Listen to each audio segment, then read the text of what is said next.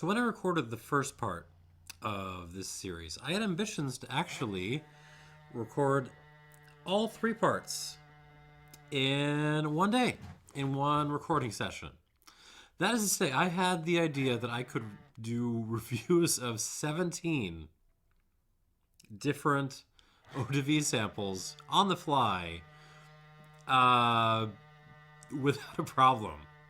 And after I took a nap, I needed a long nap. After that first reviewing session, I realized the folly of this.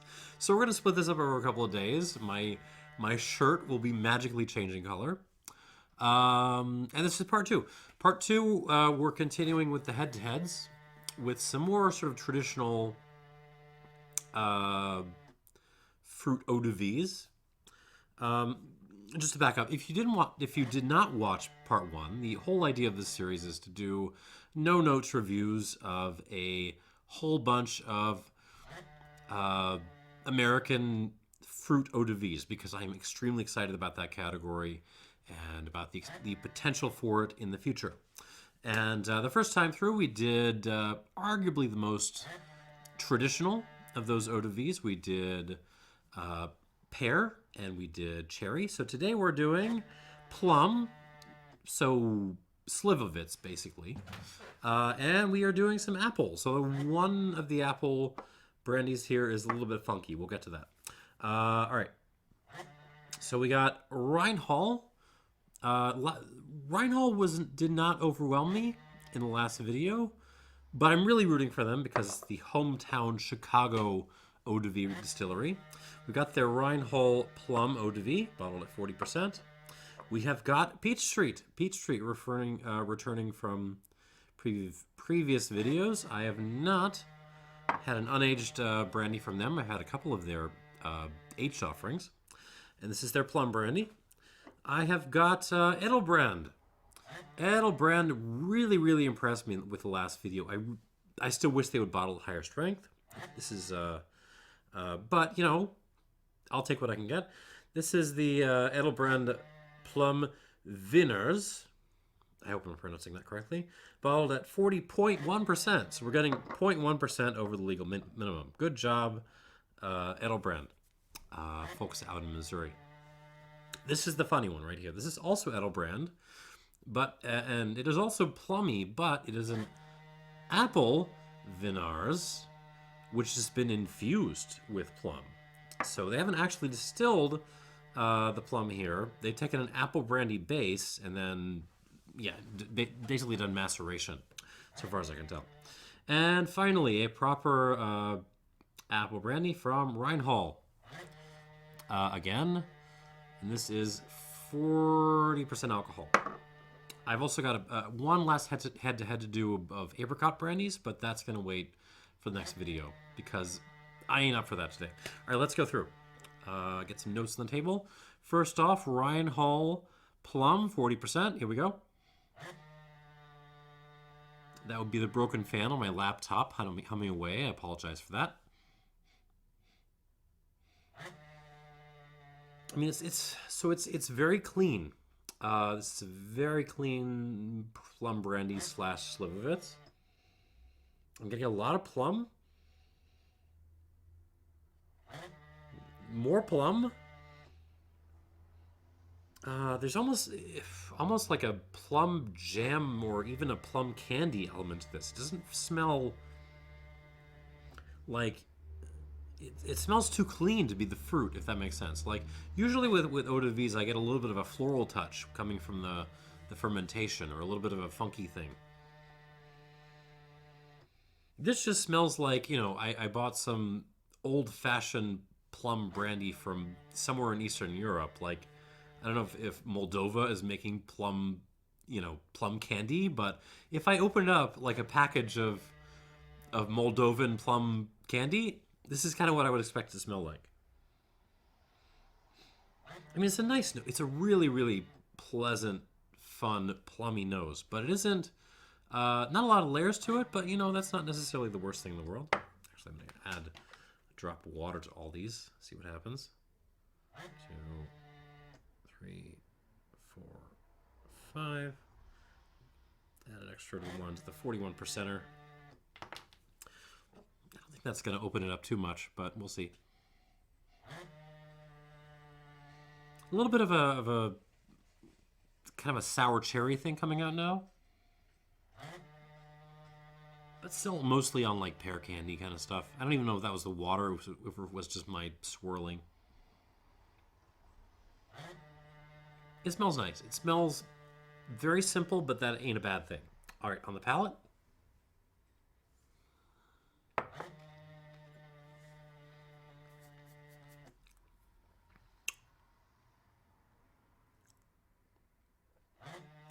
Same kind of story. It's a very clean, simple, not sweet, but other than the lack of overt sweetness, almost candy-like kind of plum brandy slivovitz. No, well, I was going to say no floral elements at all, but there is a little touch of like dried flower on the finish. Hold on.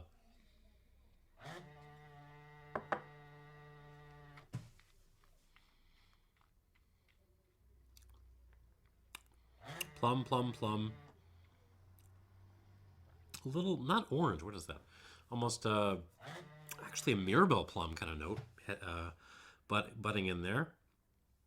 Some minerality coming through on the finish, like some piece of gravel or two, along with like a dried flower or two. But really, mostly this is all about, you know, easygoing plum goodness. And it's pleasant.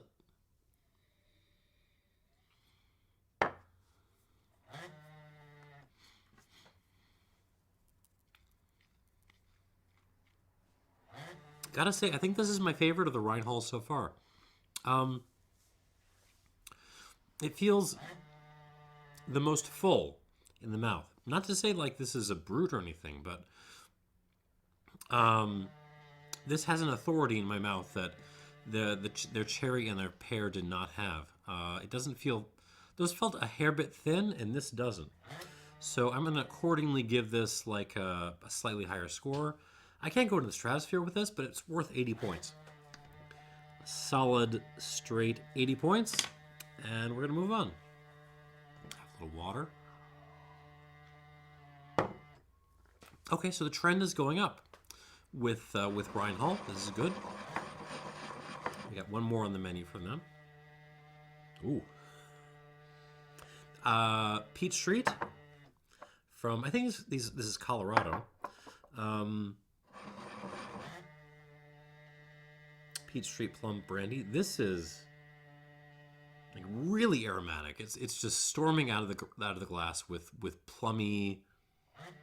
Like if I thought this one smelled like plum candy, this one is like. There's plum candy. There's, what is that? Almost like a plum reduction. Like you just threw a bunch of plums in a pan and started boiling them down. This is kind of what your kitchen smells like. So it's almost it's candied and sweet, but it smells like real fruit at the same time. Oh yeah, this is totally doing it for me. Again, not a ton of depth. There's maybe like one or two dried flowers on this. Actually, a little bit of orange creeping through. Not Mirabelle this time. This is more like, yeah, like straight up blood orange coming through now, along with the plum.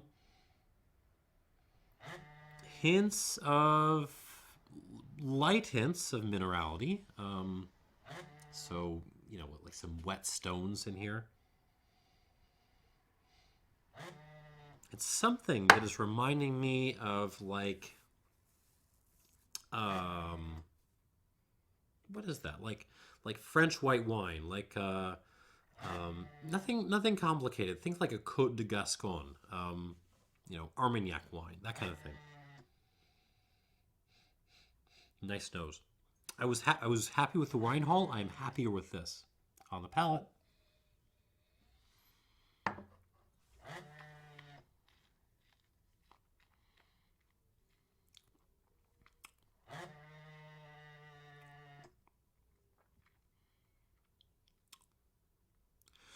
Yeah. Yeah, it's just got more of a development, a few more things going on than the Rhine Hall. I'm starting to really appreciate Peach Street. When I tried their aged stuff, I wasn't completely blown away, but these are their Eau-de-Vies are really nice. Wish they would sell them at higher proof. Everything in their portfolio needs to be higher proof, but there's the spirit is high quality.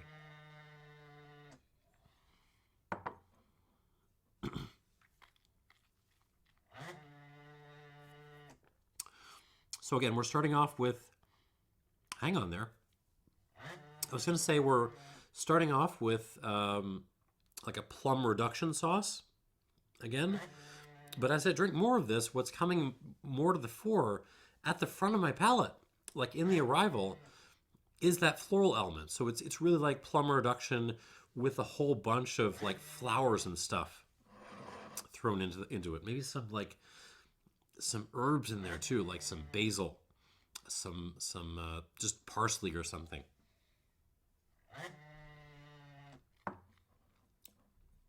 And then it carries through to the finish. Now the Mirabelle is starting to show up. Not orange per se, but Mirabelle plum. A lot of rocks in this. It's not the longest finish in the world, but it holds on. And yeah.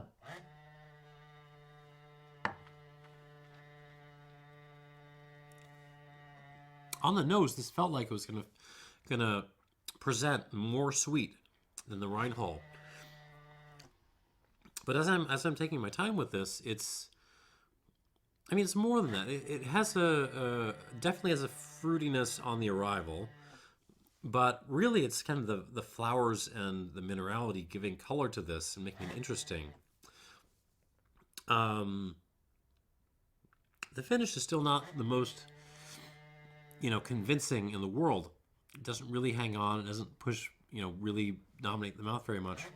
But this is real good. I'm going to give this, call it an 82 out of 100.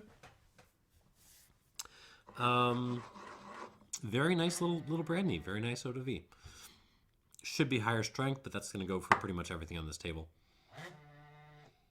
Moving on to the Edelbrand Plum Vinars. Edelbrand, of course, from Missouri, just west of St. Louis.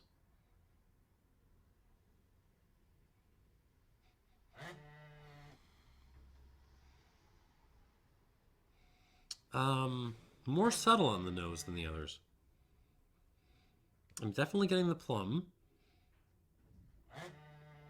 Some Mirabelle as well. Leaning into orange, but not quite getting there. It's more Mirabelle.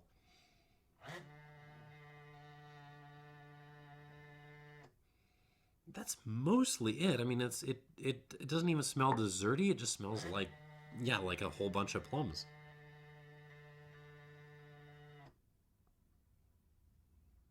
I mean, how do I put this? It feels like it has a hair bit more depth than the previous two, but it doesn't have as many notes, and so it's more, a little bit more depth, a little bit less breadth. That makes sense? Yeah, straight up plums and also some Mirabelles. That's mainly what I'm getting on this. On the palate,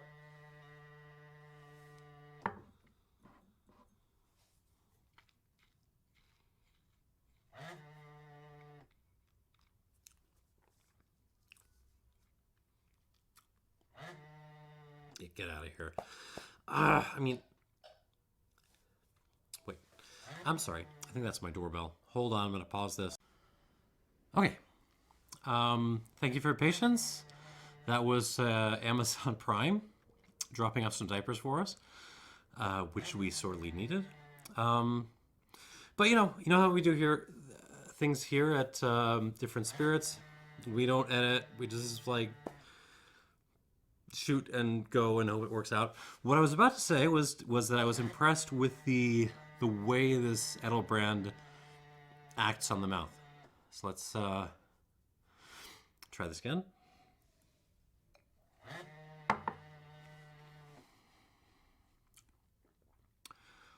Yeah, this is, oh.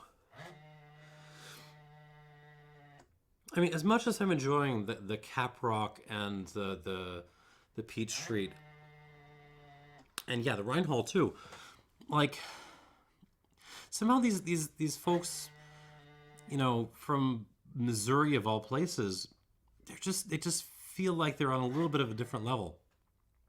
So what I'm really getting is like a mixture of plum,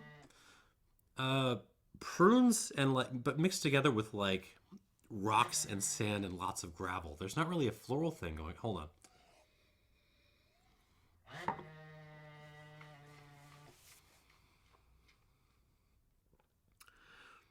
Yeah, there's lots of minerality.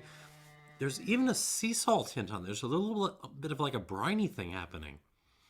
I don't know where that's coming from, but it's definitely there. So it's really a very, very mineral example of a kind of plum brandy / slivovitz, and it has it works better in the mouth than the previous two, and I didn't hate the previous two at all. This just feels like, again, a kind of a step up.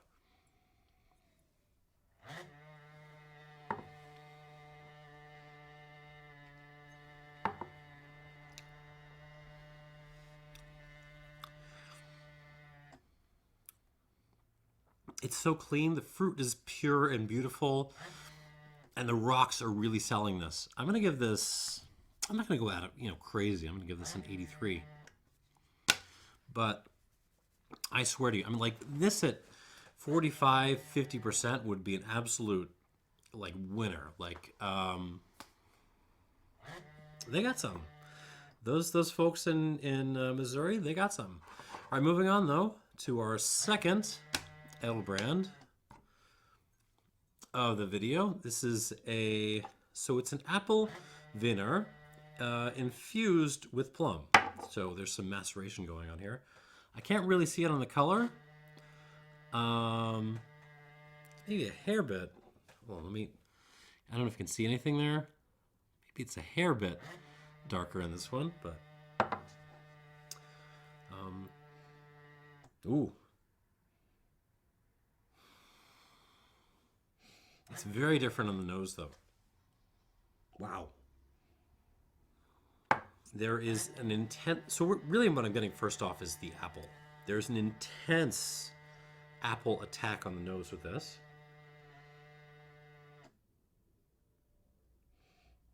Lots of... It's not even... It's not a cider note or crabapple note. This is just like pure, delicious dessert apple. Like just Red Delicious and Gala and Fuji all mashed up into each other into a big old sweet apple orgy.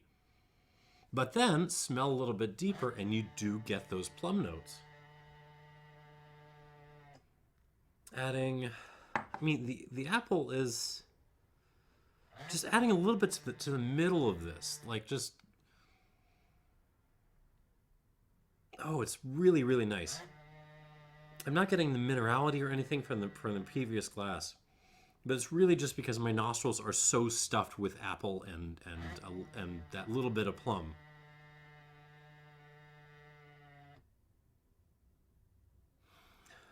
I'm sorry, I'm not talking. I'm trying to see what else is going on here.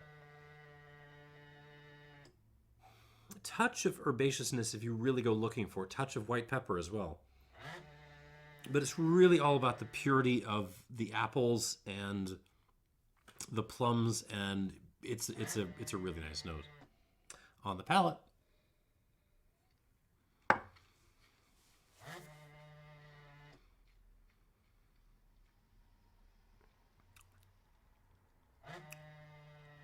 Ooh.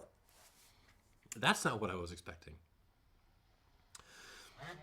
So there is a lot of appley goodness on here, a lot of plummy goodness on here. What I was not expecting was to be like punched in the face by a black pepper grinder, but that is just what happened.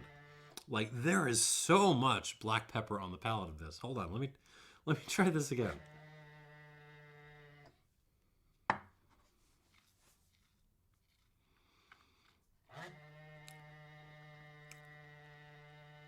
Oh man, this is awesome. This is actually really great. This is 41% ABV. It benefits from that 1%. It would benefit more from 5, 10 extra percents, but even as is, this is really, really good. Apples, plums, tons and tons of black pepper. There's an ashy element to this, like a little bit of a campfire ash. How do I put this? But it's more delicate than that. It's almost like Eau-de-Vie of campfire ash, something like that.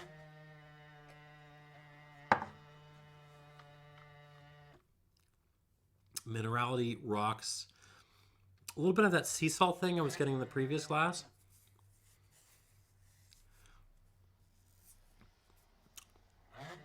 The finish doesn't, linger too long, but it does convincingly like cover my entire mouth.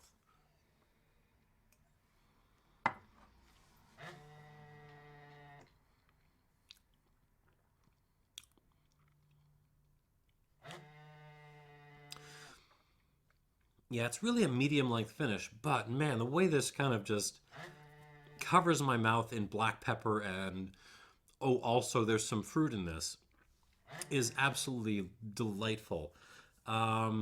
Score-wise, I'm going 85. 85 points for this apple Vinars infused with plum. And this plus that Clear Creek, the was the Douglas fir, are really making me rethink my commitment on this channel to stay away from macerated infused stuff. Like, I felt like if I just got into gins and everything, like it would just be too much. Like, maybe that's my own prejudice. I'm just too much of a purist. But yeah, this is making me think I should change my opinion about those kinds of spirits. Really good. 85 points for this. And if you spot it in the wild, well worth grabbing. All right, moving on to the Rhine Hall Apple Eau-de-Vie. And I feel kind of bad about that for this, because after that last one. Rhine Hall Apple. 40% alcohol by volume. This is batch number 41. Most of these don't have that extra batch information written on them, but that one does. Batch 41.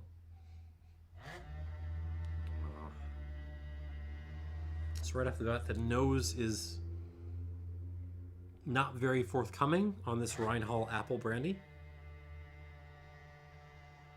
Not really getting very much. There's a little bit of like a crab apple thing.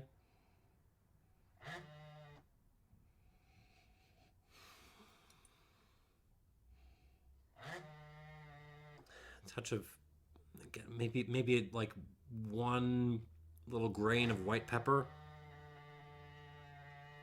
Not a whole lot happening on the nose, I gotta say, which is sad because I mean the previous Rhine Halls, despite my complaints about them on the palate, they've really shown up on the nose. Like this plum brandy has a really nice nose, but this apple doesn't smell really like much. There's a little bit of maybe lemon peel happening as well. I'm really not getting that much apple. All right, let's see what happens on the palate here.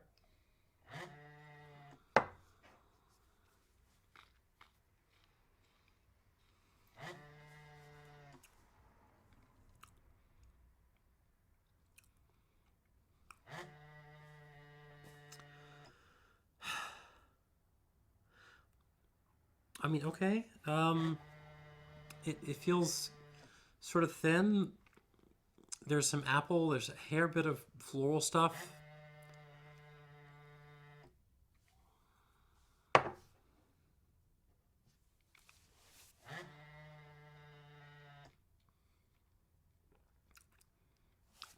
That lemon peel note is definitely there. Nice kind of bitter floral finish. It's okay, especially on the second sip as it starts to make more sense in my mouth and starts to build on itself.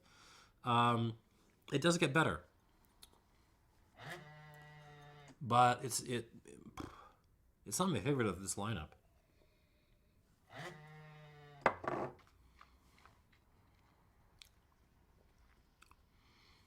It's nice, but there's not enough going on.